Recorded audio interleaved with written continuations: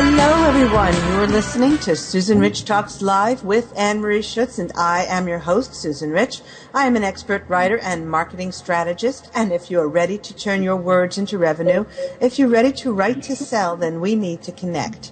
Just visit my website, SusanRichTalks.com, and download your free ebook, Tips for Reluctant Writers, and you'll discover the do it how, do it now strategies that help you grab attention, drive action, and get results.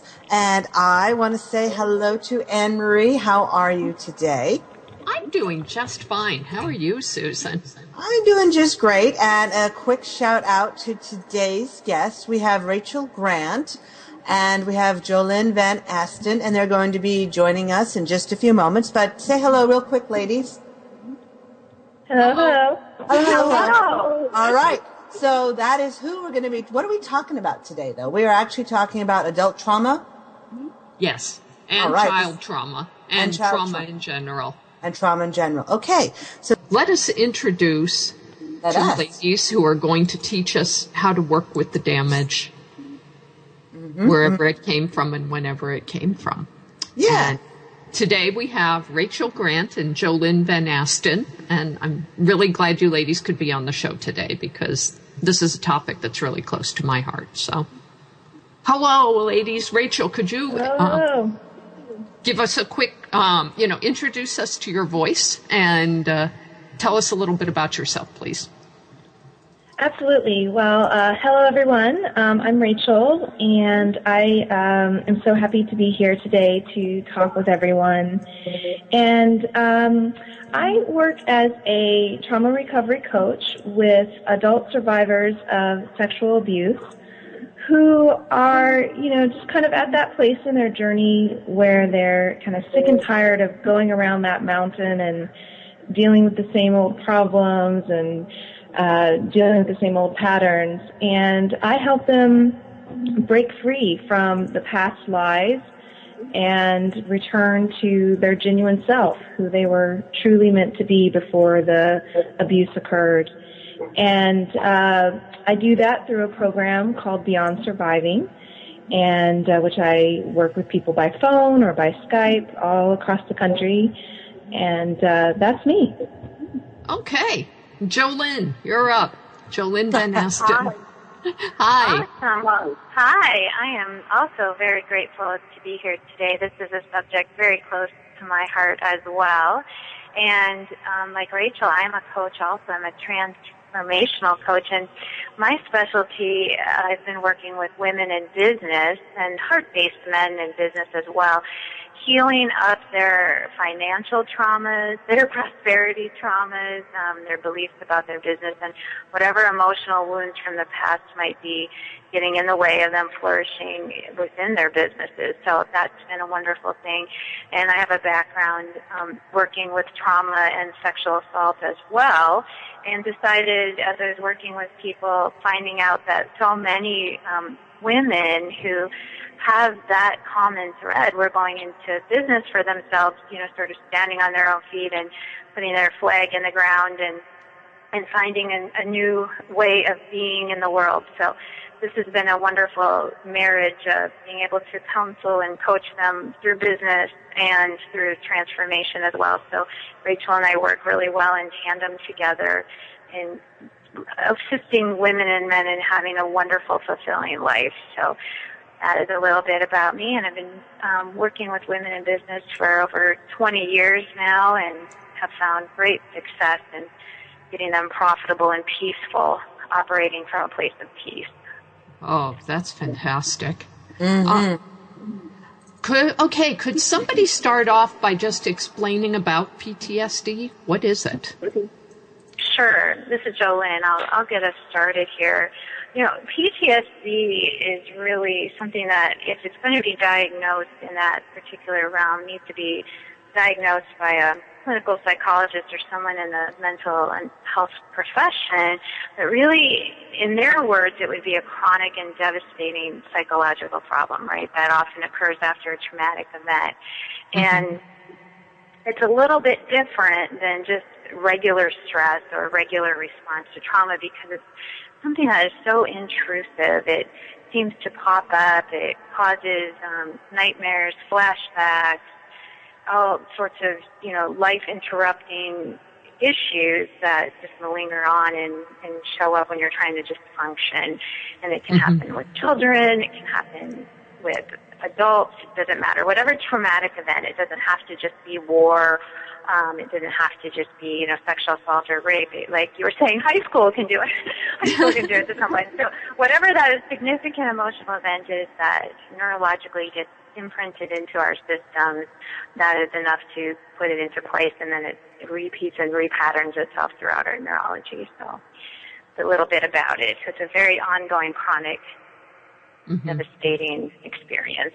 Boy, brains are amazing, but when they go wrong, they go wrong. Yes, and the good part is, caught at a specific time, it can be flipped. Absolutely. So. Okay. Yeah, I'll just jump in on one thing you just said there, because what's interesting to me is that PTSD is not necessarily the brain going wrong. Okay. Right. It's the brain doing what it's supposed to do, which is to take in data and information about what is dangerous or difficult, and to remind us about that in future situations. The difficulty is that the brain is actually working just the way it should, but it's overworking in areas where the trauma is no longer a threat. And so you find people responding to, take a war veteran who, in the experience of being in the middle of war, there are loud noises, there are a lot of dangerous situations.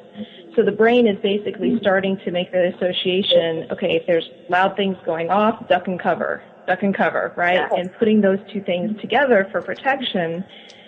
And then, 2 years later, when the person's walking down the road and a loud noise goes, like a car backfiring, the brain goes, loud noise, duck and cover. Right. And so it's doing exactly what it's supposed to do, but we want to be able to, in those situations, make the distinction between a past threat and a current non-threat. Okay. Absolutely. Okay. So anyway, PTSD is interesting. Does it show up differently in children or adults, or is it pretty much the same? I believe the symptoms are really similar. It's just how they play them out. So in children, you're going to find a lot of withdrawal and avoidance, and the same thing, can happen with adults. But with adults, we tend to compensate in different ways because we've got different skills and resources than the children do. Okay. Can you maybe give some examples? Sure. Well, with children, often, you're finding that their sleep is interrupted. That's often the same with adults. I find that nightmares are pretty congruent with everybody. And also with the children, when they withdraw, they tend to go to different coping mechanisms as well, which I'm sure Rachel finds also, which can be anything from, maybe even overeating to just playing out different strange things they weren't playing before. And then with adults, we could be several different things show up, like the irritability, that's pretty common in both. Just avoiding the certain situations that they know are going to cause things to happen for them, that you tend to avoid that. Oh, interesting. So I'm just imagining a scenario where somebody who's been through a traumatic event, and you want, say, a family member, and you want to watch them for any signs of problems. Yes.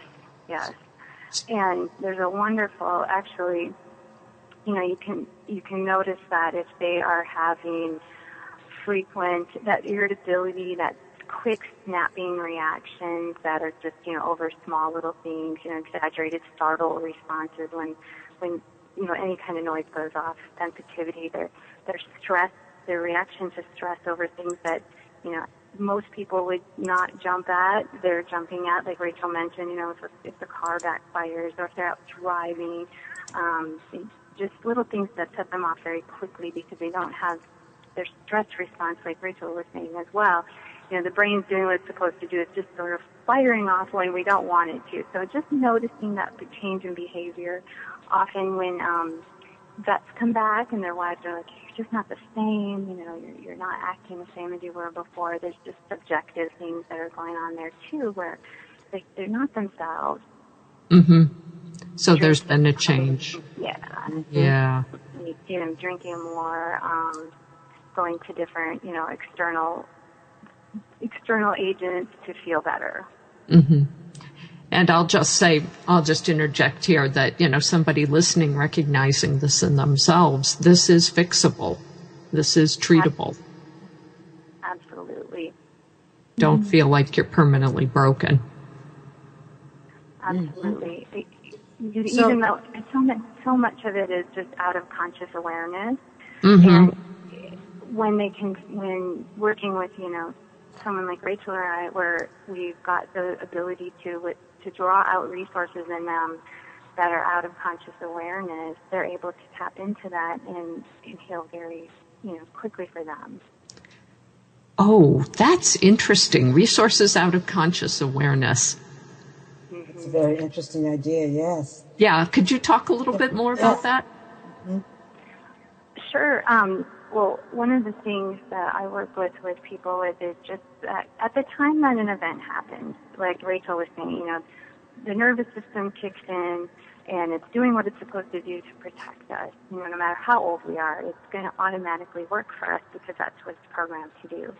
And then our brain is going to continue. Like if you think about, you know, the very back of the brain where that limbic system is, it's going to be firing off over and over again. It's going to be hypervigilant. It's going to be overworking, and it's going to be telling us things that normally, you know, it wouldn't be telling us if everything was all in balance and we were working out of, you know, more of the front of our brain. So what happens is, I call it our unconscious mind.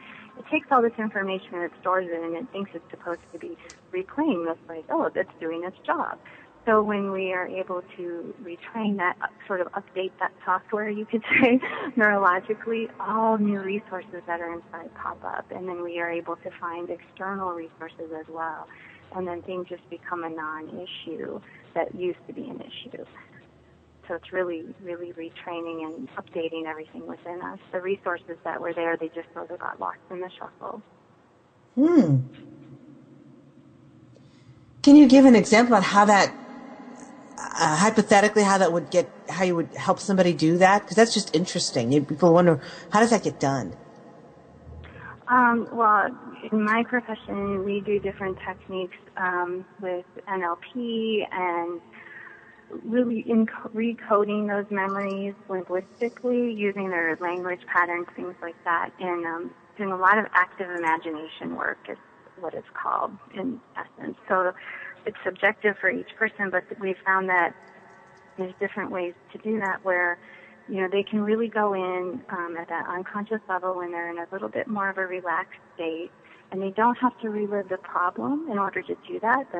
They don't have to re-experience the trauma to go through that. So it's a very pleasant situation for them to be in for the most part, you know, to be able to find those new resources inside.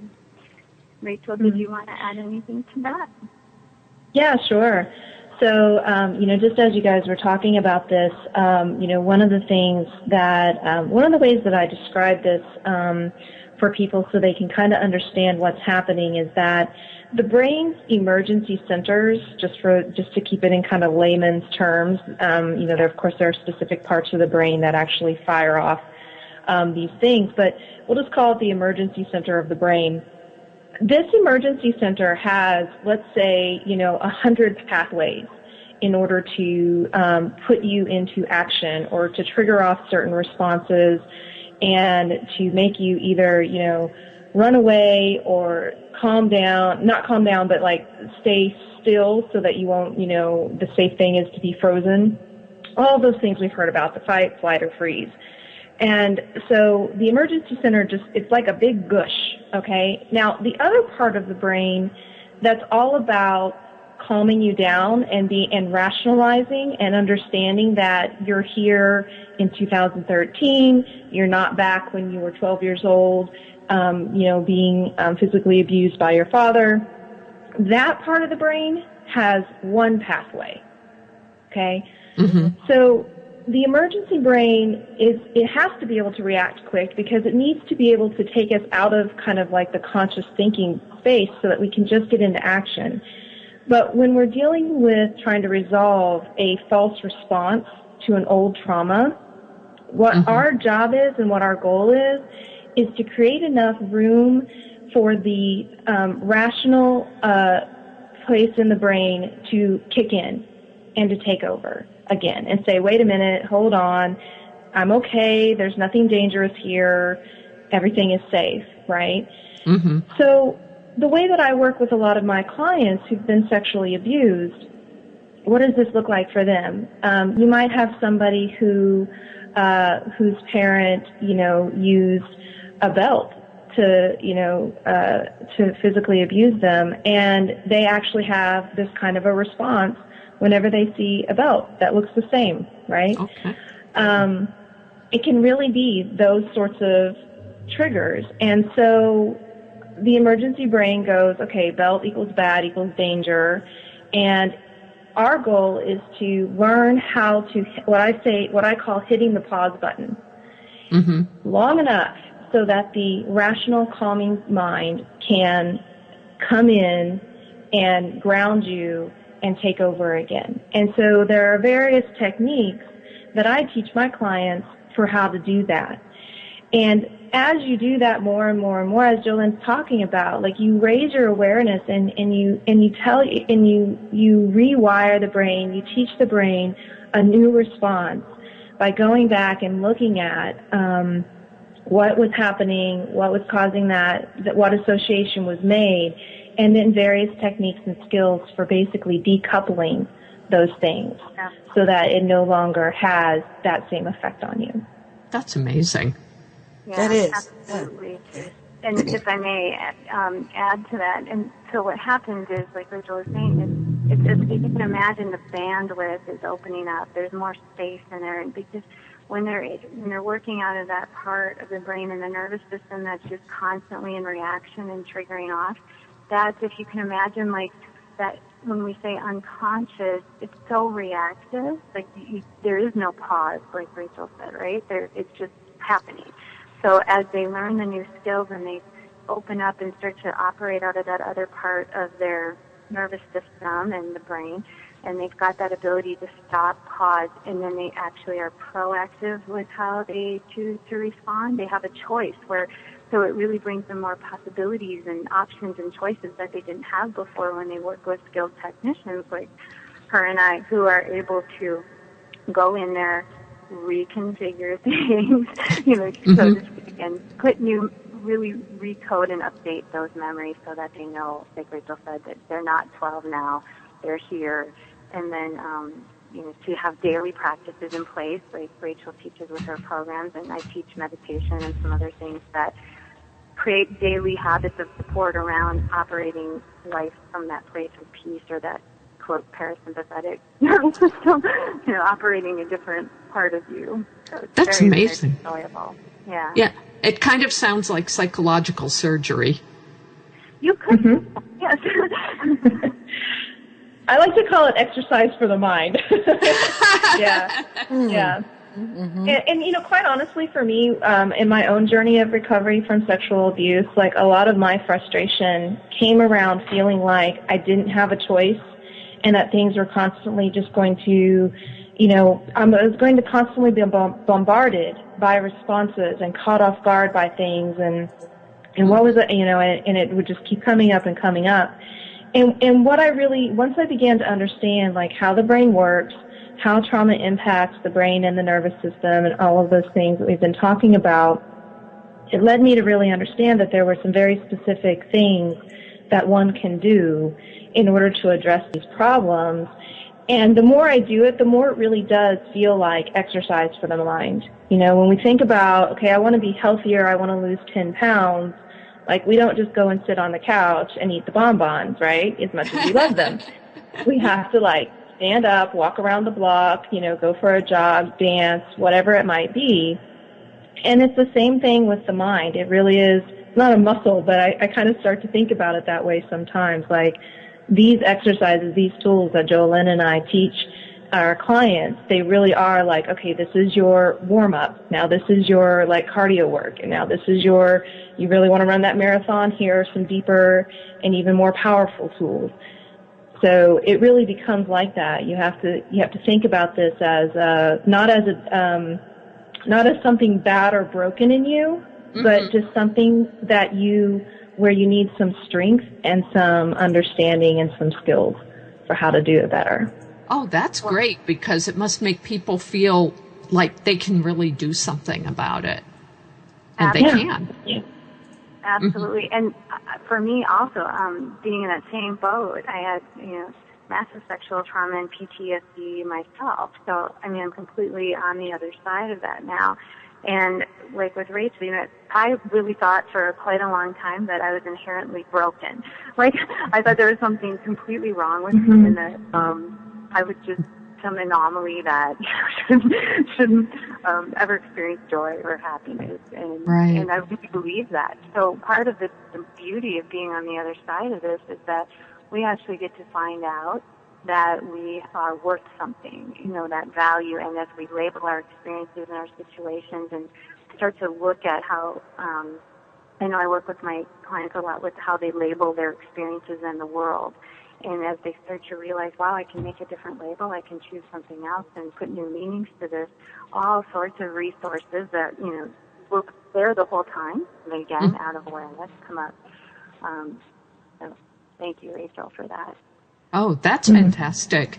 I'm curious, just to put sort of a different spin on it, say, here we are, we're adults, and bad things can still happen. Just because we've grown up, we have situations thrown into our laps that we have to deal with, tornadoes or whatever. Is there anything that can be done while hard, frightening things are going on to minimize damage later? I shouldn't say damage, but to avoid creating these pathways that are going to cause problems later. I'll take that first. I look at it like this, like if you consider this, now obviously someone who's been through experiences and they've learned these skills and these daily behaviors like we teach, they're going to be better equipped when life throws things their way. They're going to have better response mechanisms, that are just going to be more automatic.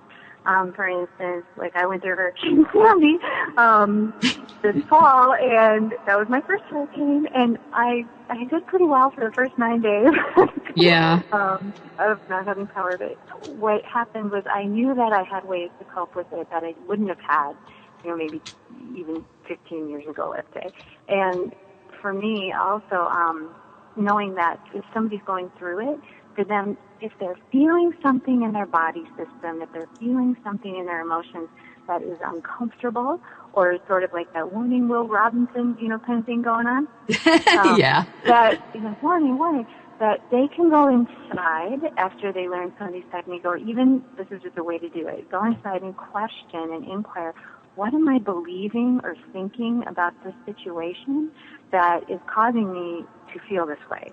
Like, to pause long enough and go, what the heck am I thinking about this that's causing the feeling? Because in essence, we're a thinking, feeling system. So as, neurologically those thoughts come in, and they might not even be our thoughts. They could just be ones that fly into our head out of the blue, right? That we touch. So as we kind of take that moment of pause, step back, inquire, what am I thinking that's causing me? What am I labeling the situation? Yes, it's scary. Now, obviously, if you're in the middle of a tornado that's coming out of nowhere and you have to get your tail to the basement quickly, you're not going to have as much time, but you can process it later with, what did I believe about that? That's great. So you're kind of teaching to observe your thoughts. Absolutely. Yeah. That's a big part of it. Yeah, I really like that, Jolynn. I mean, it really is about raised awareness. We aren't necessarily able to always intercept the thought, because, especially like in the example of a tornado, like you want your body to kick into gear and just do something to get you out of the way, and to survive that new situation, right? But being aware of what your responses are, and certainly as quickly as possible after an experience, to go through the process of, okay, what did that experience bring up for me? What beliefs or ideas did I notice myself having? And oftentimes what happens is our new experiences, we go right back to old thoughts and beliefs that were created very early on. And and so, the brain kind of likes things to just be the way it is, and so when we're pushing it and trying to change it and take it in a different direction, it will also do that, right? It will go and it will, change directions, but when difficult things pop up, it can sometimes just go straight back to what it already knew a long time ago. And so our job is to not reinforce those old patterns as much as possible and to really be tuned in. So using these skills and tools that, we teach, it's the difference for me, like why I call my program Beyond Surviving, is not that, things don't come up in my life that, either, I have to look at something new or pay attention to an area that was previously unhealed, but now I can see it because I'm in a new experience that it's creating the possibility to learn that. But when those things do come up, I now know, okay, here's what I do. Here's my steps. I literally go to my own guidebook and okay, in order to think through this experience, this is what I do. And I work the steps. And that's the distinction. It's the difference between kind of being thrown into the lake and not knowing how to swim. And, I've been swimming for a long time. And now I know, if I get thrown into that lake, sometimes I just doggy paddle and do the best I can. And then sometimes I'm just I'll just, totally, full stroke and get out of here and I'm good. Yeah. That's an excellent description, because there are a lot of people who are afraid of getting tossed back into the lake again. Yeah. And also, if I may, with that, it's so true. Like Rachel's saying, she's going to her own guidebook. She's got a resource now that she can draw on. And I think we both find, too, that much of the training that we do, we encourage our people to find, a higher power also, that they can tap into, whatever that means for them. And part of that is the inner resources that they're developing. Because just like when a teenager starts to drive a car, they have to think about it a little bit more, right? But after a while, it becomes, it's unconscious to them. And they know, well, hopefully they know how to drive more automatically. And that's what we want to help our people with as well. The people we teach, lead, and guide, is that they will learn how to do these new behaviors as unconsciously as they did the old behaviors. So when if they do get thrown back in that lake, they're just going to, like Rachel said, go into dog paddle or go into a better resourceful state. Okay. So here's another situation. What if your life is going okay, but you see a friend is having problems? She's had problems in the past. She's really struggling. She's in the lake and drowning. What can you do for your friend? Well, a couple of things. Maybe we both have lots we could say about this. I firmly believe that as you work on, as the person works on, let me rewind this a little bit. If I know there's somebody in my life who's going through that, let's say in the lake, right? And I know that I need to make sure I have my water wings on and my paddle ready and all my equipment, and I shore up and I get myself in the position where if she comes to me, I'm going to be fully well grounded and taken care of to support her. And then I'm able to listen to her from a place of hopefully non-judgment and a place of what is she really asking me for. So this gives us a chance to sharpen up our own listening skills and empathy skills. She's going to say things that are going to be linguistic or language tip-offs, right? That she's going to use some languaging. So instead of us putting I like to say my model of the world or my experience on her, like, oh, she must be sad, this is where we can hallucinate too. Oh, she must be feeling this. I don't know what she's feeling, so if I open up and just say, do you want to talk? Do you want to share with me? What do you need right now? And even if she just says, I don't know, I just want to be by you, then you say, okay, great. So instead of us sort of just automatically reacting and assuming we know what they need or projecting our experience onto them, to just be neutral and hold that space open for them to come in, and if they say, I need a hug, then give them a hug. If they say, I need, you to cook my dinner because I can't even find my pots and pans, then you say, great, what are you hungry for? But, to really be coming from that space of, I'm grounded, I'm open and listening, what do you need? Wow. Rachel? I just wrote that down. Yes. Yeah, that's brilliant. I almost don't want to add anything because I think Jolynn, you just captured that so beautifully. It really is when people come to us and they're hurting. Our job, we can tend to go into fix-it mode. Yeah. And of course, we love them. We want to fix it. It's not coming from a bad place, but so much of the way that we can support other people in our lives is by tuning into what it is they really need and or supporting them in finding that just through creating the space where they can talk and explore and figure that out. And then of course if they get to the point where they're asking for resources or specific skills, then that's the time when you can jump in and say, well, this is how I swim. This is how I built my boat, whatever it might be. But you certainly want to create the space first to really truly understand what they're asking for. Yeah. And to pull back enough and be that observer, right? Where if they say, I need chocolate cheese, you don't say, so you don't say, oh, you want chocolate cheesecake? Right. Say, okay, you want chocolate cake, I hear you. Just to give them back exactly what they said is so key to meeting their needs, and even if it doesn't make sense. What if they don't know what they want? Ah. And that's when you say, that's when I would go, I get that. And when you know, I'll still be here. And in the meantime, let's just not know what you want together.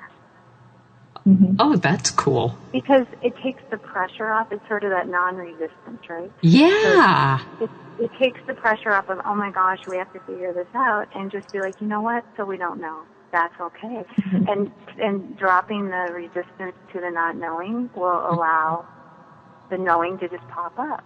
Because bringing it back to the lake, the unconscious mind is going to be like, yeah, I do want to fix this, and it's going to pop all those memories and things up for us to resolve. Well, as soon as we drop the resistance on the not knowing, the answers come up. Wow. And she'll figure it out faster. Oh, wow. Yeah, I'm like taking notes here. Okay. I don't want to miss self-promotion for you guys because I feel like we could go on for a whole other show just on this topic. But please, Rachel and Jolynn, tell us about yourself and where listeners can get in touch with you. And I might point out that it sounds like what you teach is useful for people who don't have a huge trauma in their past. I can go first. I have a website, which is slightly under construction, but it's expertbreakthrough.com. Okay. And I can be reached via email. It is the quickest way, and that is support@expertbreakthrough.com. And as I said before, I generally work with entrepreneurs and solopreneurs, women in business, and we do work on whatever the inner game stuff is, be it traumatized or not. And if I don't feel I'm the right fit for them, I definitely refer them out. But I work with a lot of people in leadership who are dealing with teams that are having these issues too, and they're like, I don't want to help this person. So that's all good too. And I do offer, right now I have like a money breakthrough and an inner game breakthrough consultation. So they're welcome to email me and speak with me, no charge about that. And that's kind of where I'm at. All right. How about Rachel? Well, so my website is rachelgrantcoaching.com. Mm-hmm. And you can reach me by email at coach@rachelgrantcoaching.com. And, my folks are people who have been sexually, physically abused and are looking for a program that they can work where it'll be, a very systematic. I'm done just kind of being at that survivor stage. I understand a lot of the reasons why I do what I do, and I'm really ready to get on to whatever's next for me and break free from all those lies. Just as we've been talking about, decouple these things, all these associations, that were created at the time of the abuse that have been kind of sticking around, and we're ready to let those go now. And so I really encourage and welcome people to go to my site, and I have lots of free resources there. There are past interviews and the blog, and just take a look around. They can also download the first 2 parts of the guidebook from the website if they want to just see what that's all about and read more about my philosophy. And then I would really love them to, give me a call, and we can have what I kind of call a genuine self-discovery session, where we start to talk about and create the vision of who you would be once we step away from all of the lies that abuse brings. Wow. Yeah. That's fantastic. Okay. Susan, did you have any last-minute thoughts? I'm just completely fascinated by the discussion that we're having today. My husband was in a car accident a couple days ago, and he's fine, but just listening to what we're talking about here, he's in that processing stage, because he's transferred it to, I had to drive him around, and I very rarely drive when we're together. Usually he does the drive, and it's the guy thing. And he was commenting on how hard it was for him not to be a backseat driver, to tell me what to do and when to do it. He was struck by his level of agitation. And I'm not that bad a driver generally. But it was Mark. He said, coming from this experience to being a passenger, the lack of control was stirred up in him. And so what we talked about today, I just want to thank both of you. It's really going to help me help him. So thank you. You're welcome. And if I may add, that's great. One of the top things that I found just from working with people too that I think is really important to mention is about the dreams and the nightmares that can happen after an incident like that, and the reoccurring visions that go on when we're trying to sleep. And so that is one of the main things I work on with clients as well that's a little bit different, is getting those dreams settled and no more nightmares, things like that. So that is also included in the discussion in my presentation with them. Oh, that's a great point. Yeah. Mm-hmm. It does come back to haunt you. Till it doesn't. Interesting. Okay. Deep breath, everybody. Yeah, no, that was quite a conversation. All right. Well, you've been doing a great job, Adam. You want to wrap it up, or shall I? Well, I think we have 1 minute left if either Rachel or Jolynn wants to slip in one last thought. And if not, we're done. Well, I'll just say one quick thing. Oh, Jolynn, you go first. Oh, I'll do 20 seconds. So just to leave everything on a positive note, the bottom line is that I firmly believe that people are not broken. They have all the resources within them, no matter how bad or how significant their trauma was, be it a car accident or a severe witnessing of something. It can definitely be healed up, and it doesn't have to take 20, 30 years of therapy.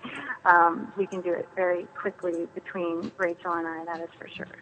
Wow. Okay. I'll just second that. There's no need to suffer. There's no need to suffer because you aren't broken. No. Yeah. Beautifully put. That's beautifully put. All right. Thank you. Yeah. Okay. Thank you. Thank you for having us. It was wonderful. It was a terrific conversation. So, all right. So, folks, you've been listening to Susan Rich Talks live with Anne-Marie Schutz, and I am your host, Susan Rich. Anne-Marie is the other voice on the line, and then today, of course, we have been chatting with Jolynn Van Asten and Rachel Grant, and it all about dealing with trauma. And thank you so much, ladies, for joining us today. Everybody, please come hang out with us again starting next week. We are live noon Eastern Time right here on W4WN.com. Thank you for tuning in today, and have a great weekend. Thank you. Oh, Bye. Thank you. Bye, everyone. Bye. Bye.